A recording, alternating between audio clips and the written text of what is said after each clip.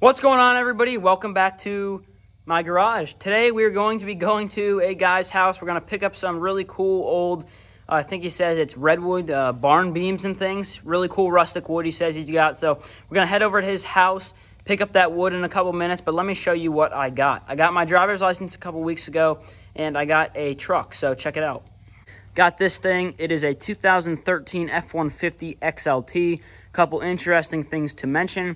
I had this custom tan two-tone paint job done by a local guy that does paint and body work. He's a friend of the family. So the tan paint now matches the Texas edition F-150s that they made called the King Ranch trucks. And I thought it looked really good, so I had the tan paint done.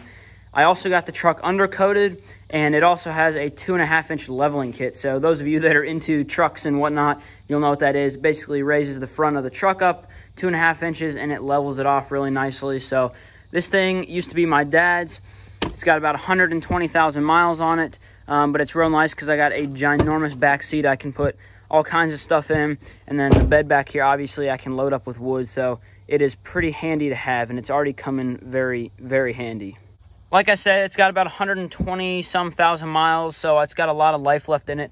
Gonna change the oil about every 3,000 miles. I'm gonna take care of it really well, and I baby this thing like crazy. I want this thing to last me a very long time. I'm gonna drive it till the wheels fall off.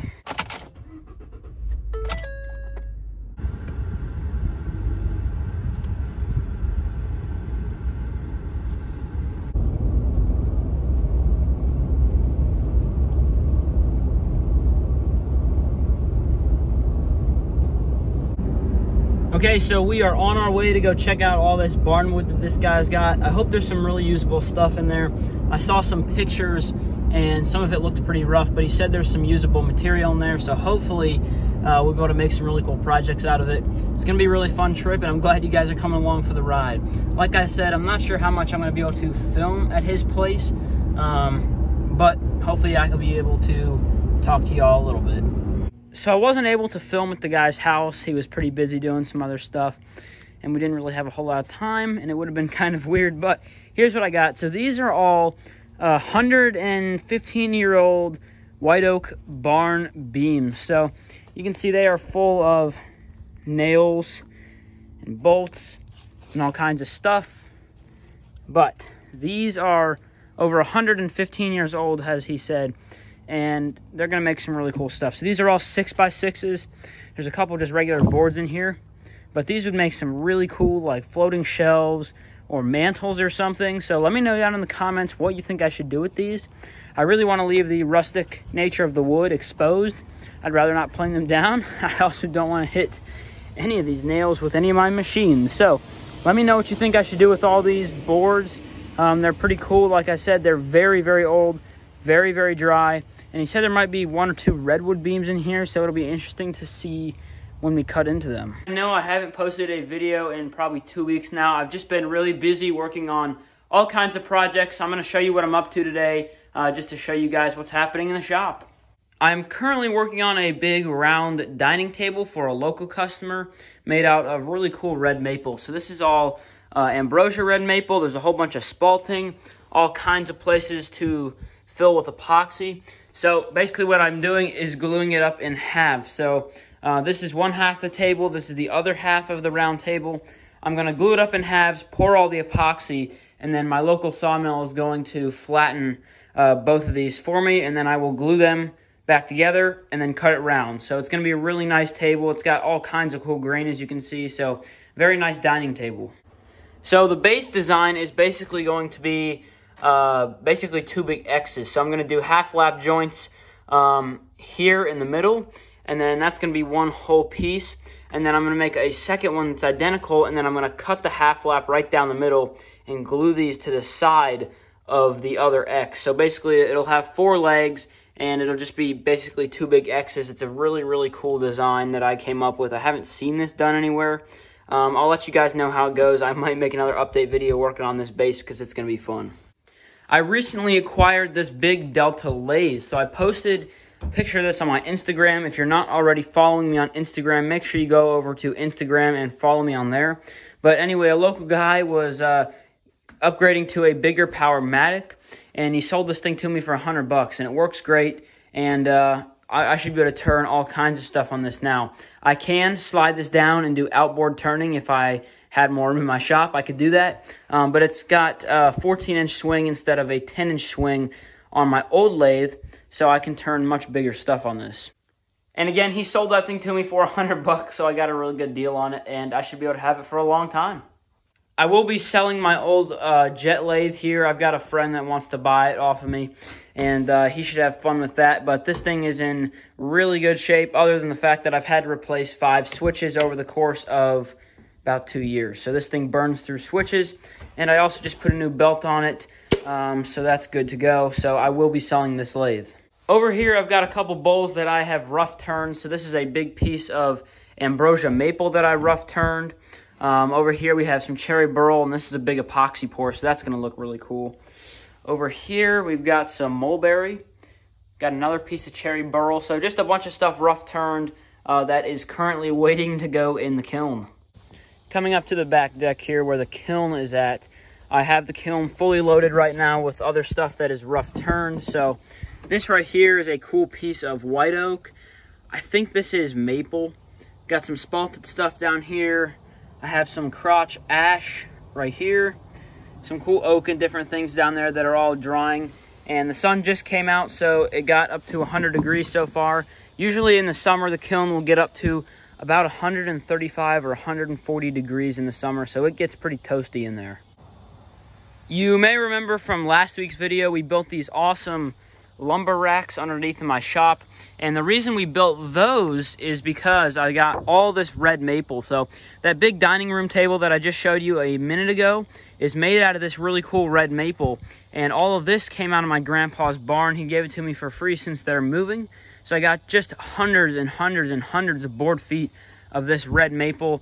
It's about 3 pickup truck loads of maple, so it's quite a bit. So we got that rack full. Over here, this rack is almost full. And this rack over here is chock full of this real cool ambrosia maple, ambrosia red maple. Let me see if I can find a cool piece here to pull out for you guys.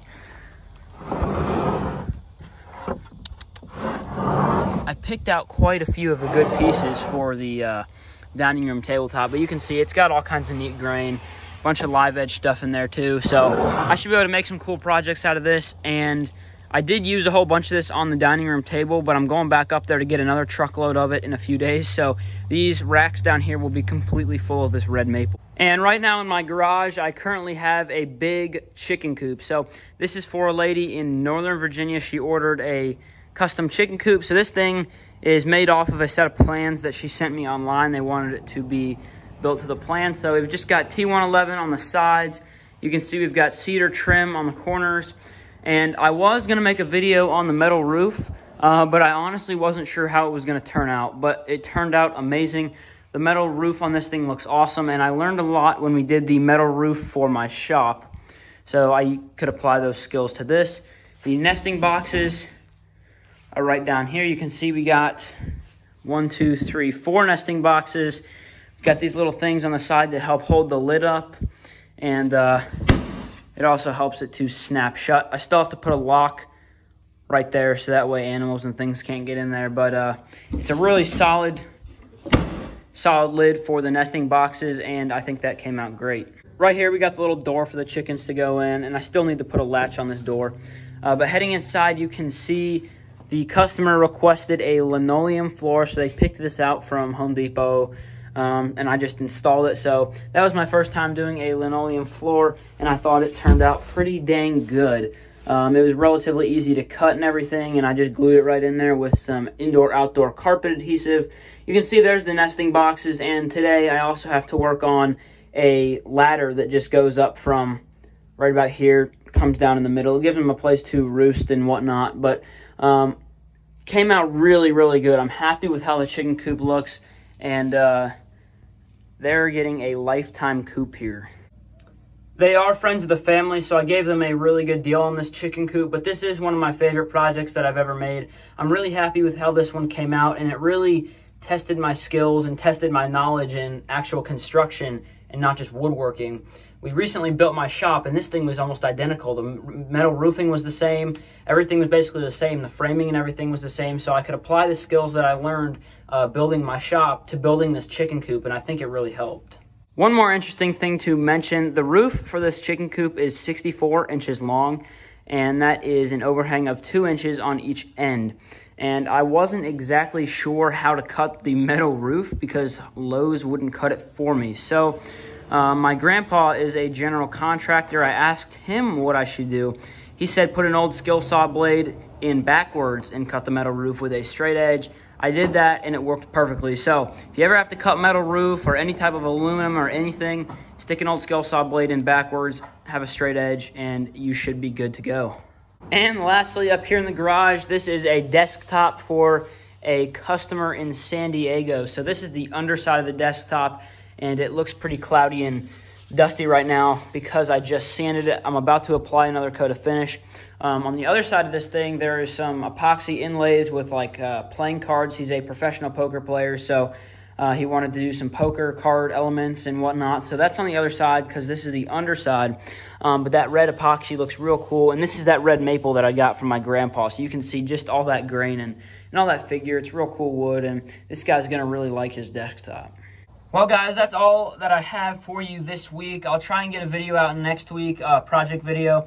I just haven't had a whole lot of time. I've been working on all these projects and all these things, and I just really haven't had time to film a video, so I apologize for that. But I wanted to make a quick update video to let you know everything that was happening around the shop. Make sure you guys go ahead and subscribe to the channel if you're not subscribed already. Make sure you go ahead and follow me on Instagram, and also make sure you like and comment on these videos because it really helps the algorithm and it really helps my channel. I'll see you guys next week.